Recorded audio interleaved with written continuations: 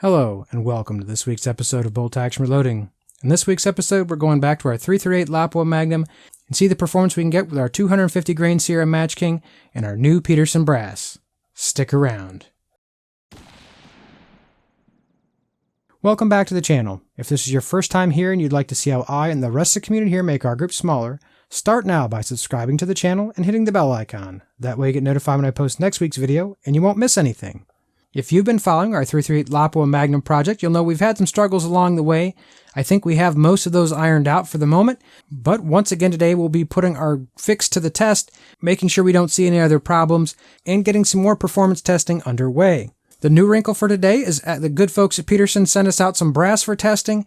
During today's testing, we'll actually be fireforming this Peterson Brass, though our final results might skew from this slightly. I'm optimistic that we'll still get some good information, certainly see if we can see some good groups with it, and get some idea where we might load in the future. So in case you're unfamiliar, let's go over our test platform for today. Our test platform for today is a Savage 110 BA Stealth, chambered in 338 Lapua Magnum. It's wearing a SWFA fixed 20 power scope, mill. It's wearing 30mm sequence precision scope rings. We have upgraded our stock to a Magpul PRS stock, but for the most part, everything else is still factory to the rifle. Not to rehash too far, guys, but just so you know, we have had a little problem with our scope base loosening up in the past. I did a video on how we ended up fixing that. Not going to go over it today, but so far so good. After today's testing, I think we're going to have somewhere around 100 rounds to the rifle since we've done that and haven't had any issues with it coming back apart. I'm not declaring victory yet, but I am certainly optimistic that it's improved and that we're going to be able to work with it going forward. So obviously fireforming was one of our goals for today's testing, but seeing how well this 250 grain Sierra Match King performs is part of our goal for today's testing.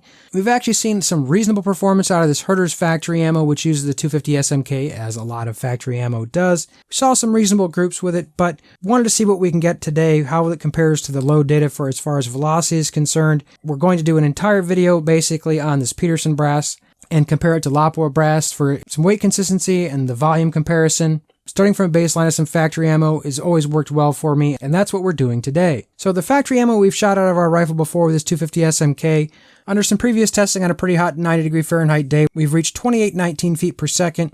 It shot reasonably well for us, but seeing how well our Peterson Brass can perform and seeing what kind of group size we can expect today is what we're really here for. Our projectile for today is a 250 grain Sierra Match King, part number 2650. This is Peterson Brass. Like I mentioned, it's new.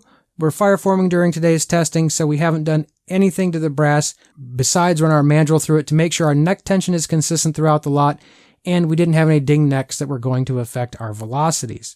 Our powder for today's testing is Alliant Reloder 26, which is a temperature-insensitive powder that gives us some great velocities in this cartridge, and that hopefully we'll be able to see that today. The primer we're using for today is the CCI 250 Large Rifle Magnum Primer. We've used these in 338 Lapua before with some great results, and that's why they're on the table today. Our source of load data today is actually the Sierra manual.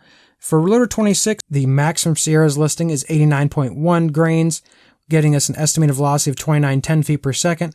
We're actually going to be backing that all the way down, starting at 87.7 grains, increasing in 0.3 grain increments, hitting a max charge day of 88.9 grains. The temperature we're testing at today is 58° Fahrenheit, 46% relative humidity. The density altitude is 1,128 feet. So without further ado, let's go out to the range real quick, see how she shoots, come back and discuss our results.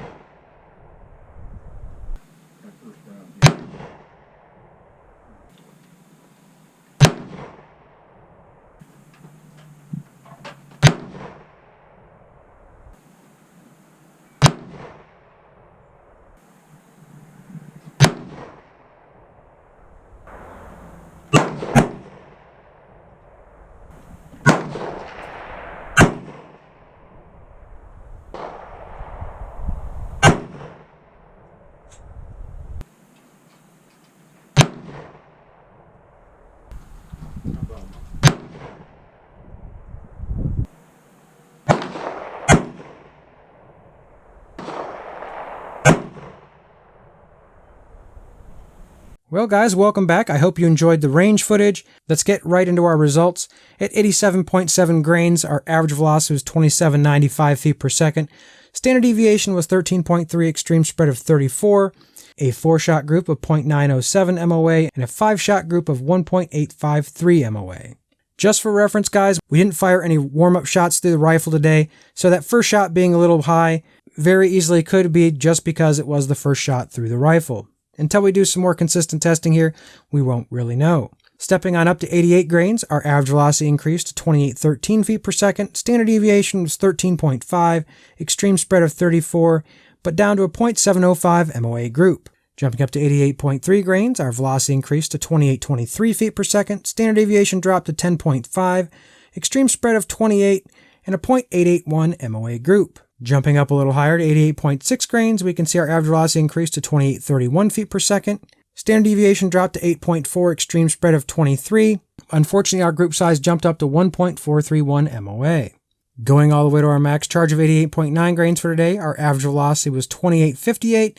Standard deviation jumped up to 21.1, extreme spread of 57, though our group size dropped down to 0.835 MOA. So guys, a little bit of interesting testing for today.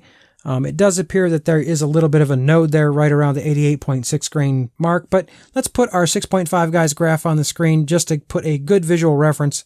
Obviously, it might be advantageous to do a velocity string with our rifle and see where our velocities go and what pressure looks like in our brass. However, it appears real close to that 88.6 grain load was where we're going to switch to our next velocity node, since there's such a significant velocity increase from the 88.6 to 88.9 grain charge. However, our group at that range wasn't anything to be happy about. So going with our data today, assuming we would get the similar results, probably somewhere in the middle of those two at the 88.3 grain charge where we would have to load. Though, since we are fireforming, there's going to be a slight case volume change, which might push that one way or another, and honestly, we might get some better standard deviations since our brass should be more consistent the next time we fire it. Anyway, because I know everyone's always interested, let's take a quick look at the brass.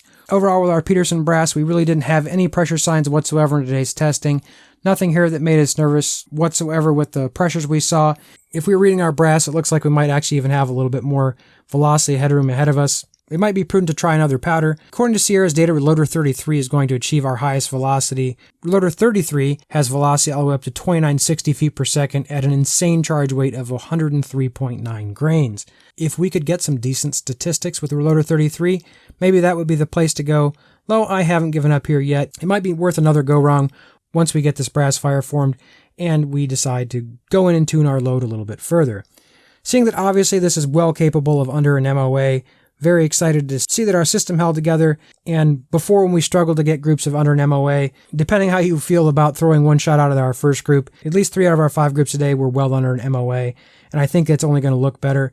Previous testing, we've really had the 285 ELD look pretty good, but I didn't want to use any of the more expensive projectiles to do our fire forming, but I thought it would be interesting to see how this 250 grain SMK performed, and I think it performed reasonable. Anyway, I'm interested to hear your thoughts in the comments section below. If you have any questions about this Peterson Brass before I do that video, please leave those in the comments section below and I'll try to address anything that I can in that video. But even if you're not shooting .338 Lapua Magnum, I hope you enjoyed today's video. If you have any comments or questions, please put those in the comments section below.